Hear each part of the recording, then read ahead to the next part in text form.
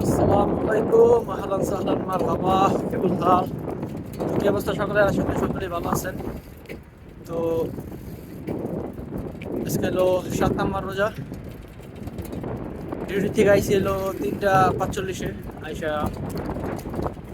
আসর নামাজ পড়লাম, নামাজ পড়ে যাইতেছে হলো ইফতারি করতে।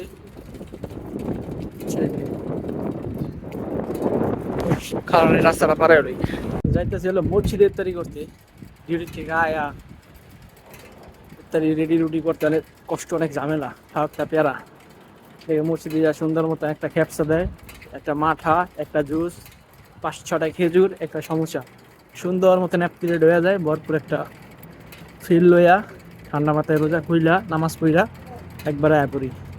খাওয়ানোর রান্দারা তো পেরা নাই, রাইতে একবেলা আয়া রাইন্দা রইম, রাইতে খাই, সিয়ারি টেনে খাই, খালাস। মালুম